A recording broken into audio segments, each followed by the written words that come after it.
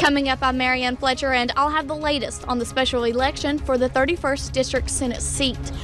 Coming up, after years of work, construction for the Appalachian Wildlife Center is underway. Sunny skies were the main story for today, but the question is, how long will they last? The details on that next system now at 6. Dedicated to Eastern and Southern Kentucky, this is WYMT Mountain News at 6. The polls are closing right now in an important political race here in Eastern Kentucky. If you live in the 31st District, you will soon have a new state senator. Both candidates arrived early this morning to cast their vote in Pike County. WYMT's Marianne Fletcher was there and has more. A race to win the 31st District Senate seat. It's important for the people of a region like Eastern Kentucky and the 5 counties I plan on representing to get out and vote, to let everybody know how they feel about certain issues.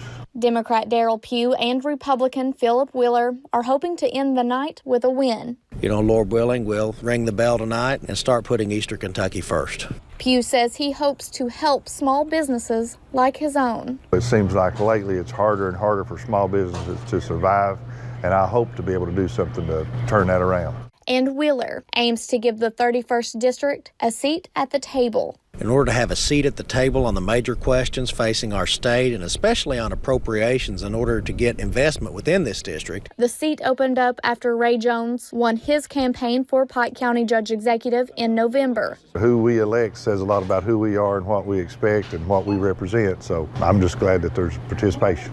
Both candidates arrived early Tuesday morning to cast their vote. I just encourage all people to do their civic duty and go out and vote today. That's what makes our democracy work.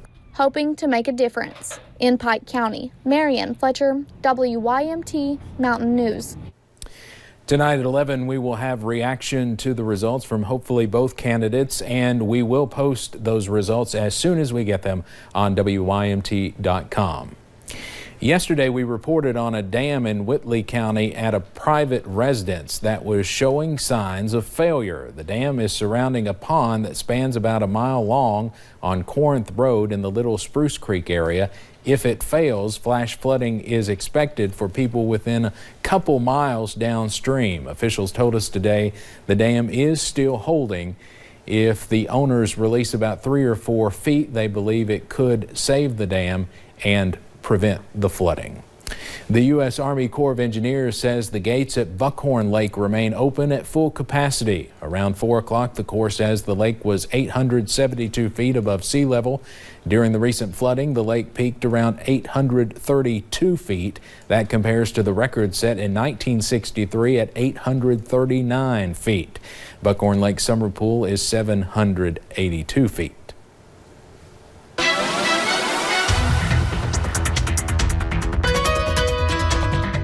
Plenty of sunshine across Eastern Kentucky, and that sunset looking beautiful. If you have any photos, be sure to send it to us on social media. Of course, we take a look at UVA-wise. You'll notice a few fair weather clouds moving in and a beautiful view here as Tuesday wraps up with a few clouds and even some snow showers working in from the northwest, pushing to the southeast. We'll keep an eye on that. Notice the statewide view, looking at that cloud cover extending down with partly cloudy skies for tonight. Most of us now in the upper 20s, with some locations still in the upper or lower 30s, I should say, with 30 in Somerset and in London. And the warm spot right now, Hazard, Kentucky, along with Middlesboro, sitting at 32. Of course, tomorrow we're not talking about severe weather, but we are preparing for it. It is the statewide tornado drill. That is for tomorrow at 10:07. And Steve, this is a great time to plan. We know from past events that severe weather can happen as early as March. And when you get these low pressure systems working through, it's always good to be prepared. And I think tomorrow is the first step for that. All right, Andrew, thank you.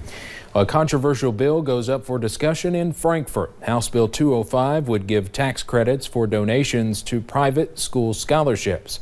The details of the bill have split teachers and superintendents from folks who are for school choice. Hillary Thornton is tracking where that bill stands.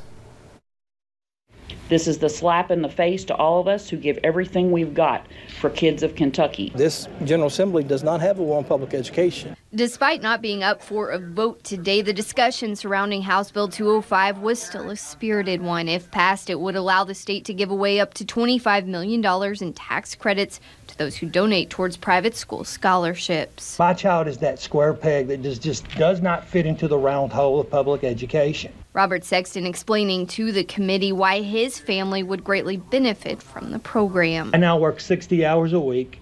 I work 7 days a week to make sure my son gets to go to the school he needs to go to. Representative Carney says this bill also could help some students who are in the foster care system. Children in foster care can receive a full scholarship, with the thought being that while a foster child may move from several homes during their childhood, perhaps we can provide some stability for them by keeping them in the same school setting. But with great respect for all of the scenarios and situations described by supporters, the public education community, and all 173 superintendents oppose the measure. How can the legislature justify passing a bill that puts precious public school funding in jeopardy? Any reduction in state general fund tax revenues means less money for the state toward our most fundamental obligation. Hillary Thornton, WYMT Mountain News. Governor Bevins says this is a bill he looks forward to signing if it makes it through the legislature and to his desk. A man accused of murdering a former Everett's mayor has his trial moved to a different county. Originally, Shelby Shell's murder trial was set to begin today in Harlan Circuit Court. It will now be in Bell County Circuit Court starting Thursday after a change of venue. Police say in February 2013, Shell murdered Ronnie King, a former Everett's mayor, and set his house on fire. King's body was found after the fire was put out. In a jailhouse interview with WYMT just after his arrest, Shell claimed he was innocent.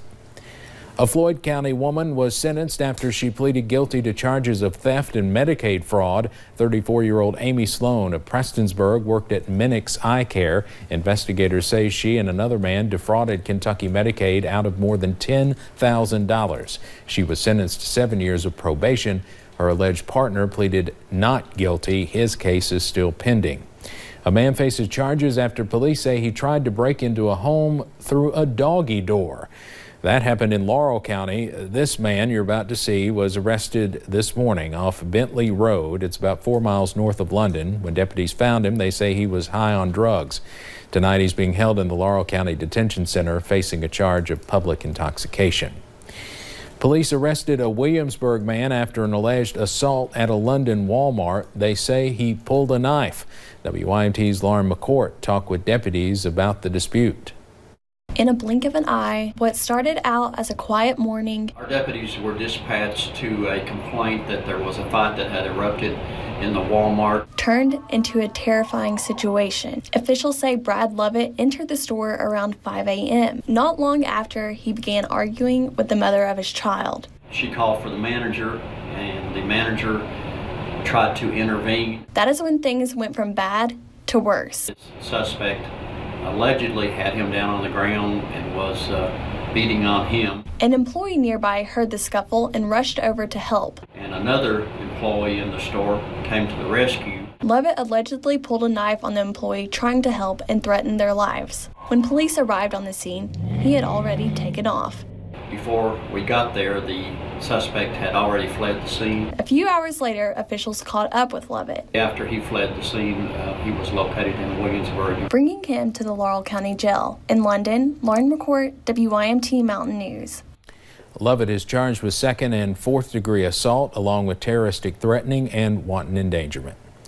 Just ahead on Mountain News at 6, a Martin County soldier surprises his mom. You do not want to miss the heartwarming reunion.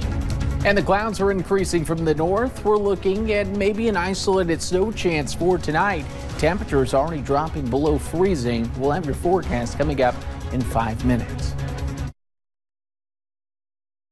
When you see news happening, dial star 57 or text your news tip to 5757. Service is provided by Appalachian Wireless. Better service, bigger savings. Check out this week's University of Pikeville Top 5 Plays of the Week. Visit WYMT.com and vote for your favorite, then watch Mountain News at 6 Thursday night to see the winner. I'm Jeremy Bartley.